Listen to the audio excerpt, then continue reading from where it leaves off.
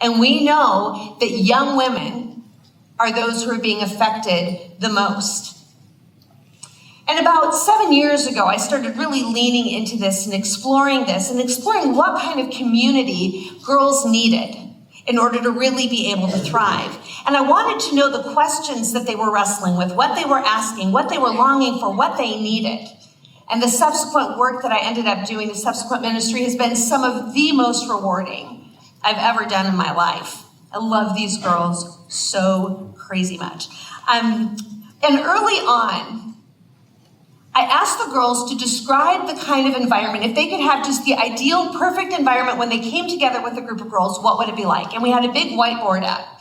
And we just put the words all up on the whiteboard. And as the board began to fill, we finally got to the point where everybody had everything out of their system. This is what I would want it to be. And I said to the girls, as you look at that whiteboard and look at all those words, is there any word on that whiteboard that you don't really want? And they thought about it, and they said, no, actually, we all want every single one of those words. They wanted all of it. And then I asked them, how often have you experienced that kind of space when you've come together with girls? And do you know what they said? Never. Now, why is that? I find that interesting. Everybody wants it. Everybody wanted every single word. Nobody had ever really experienced that kind of community.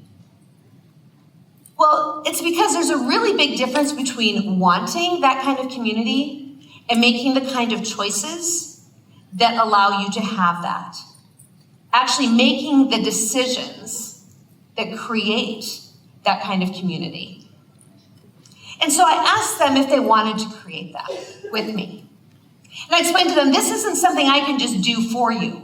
Like, I can stand up here and I can pitch vision and I can make it cute and pretty and all those things. If you all don't walk out and do this in the way that you relate to one another, it doesn't really mean anything, does it?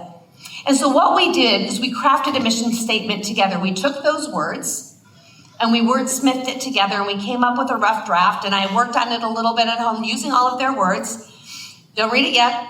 Over here. So using all those words. And so when I did a rough draft, then I brought them back to the girls and I gave them all the mission statement, the rough draft, and a red pen.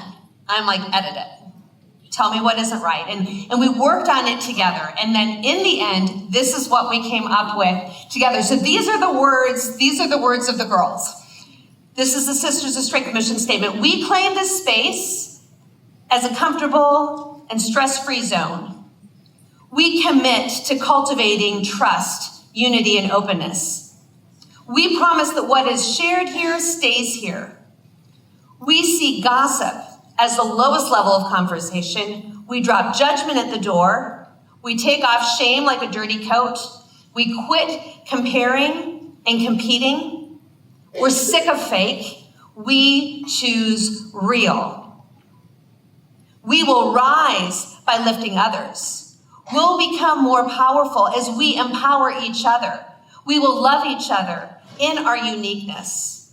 We will champion and celebrate one another, and we're going to commit to creating that kind of space together.